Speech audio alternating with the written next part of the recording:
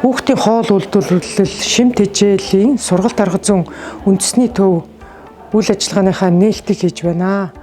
За манай төв бол Койко олон улсын байгууллагын төслөөр 2022 оноос эхэлж хэрэгжиж байгаа энэ төсөл байна.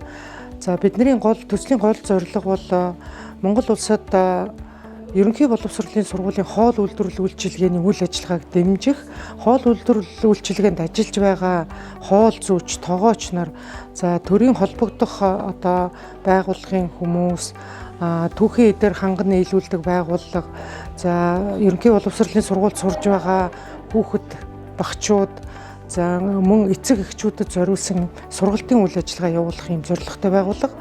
Тэгээд энэ байгууллага маань бас энэ төсөлтөд зэрэгцээд ерөнхий боловсролын 10 сургууль дээр энэ төсөл бас хэрэгжиж байгаа.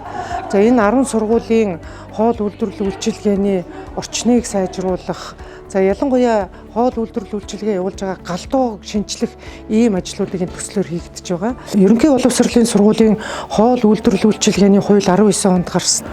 Хүүхдийн хоол үйлдвэрлэл, шим тэжээлийн сургалт арга зүйн үндэсний төв үйл ажиллагааныхаа нээлтийг хийж байна.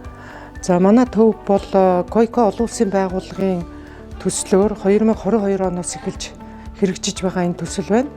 За бидний төслийн гол зорилго бол Монгол улсад ерөнхий боловсролын сургуулийн хоол үйлдвэрлэл үйлчилгээний үйл ажиллагааг дэмжих, хоол үйлдвэрлэл үйлчилгээнд ажиллаж байгаа хоол зүйч, тогооч нар, за төрийн холбогдох байгууллагын хүмүүс, түүхийн эдээр ханган нийлүүлдэг байгууллага, за ерөнхий боловсролын сургуульд сурж